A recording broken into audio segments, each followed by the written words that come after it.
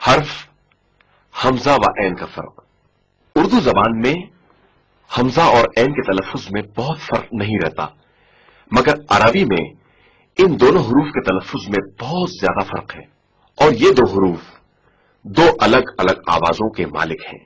الا، یہ کلمہ الف کے ذریعے لکھا گیا ہے جو در حقیقت حمزہ ہے۔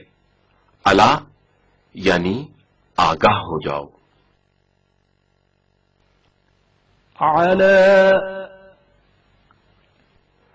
برتری کے معنی میں آتا ہے اور یہ فعل ماضی ہے۔ ان فرعون علا فی الارض، حمزہ اور عین کے تلفظ میں آواز کے فرق پر توجہ کریں۔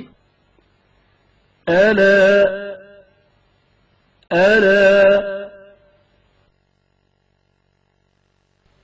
علی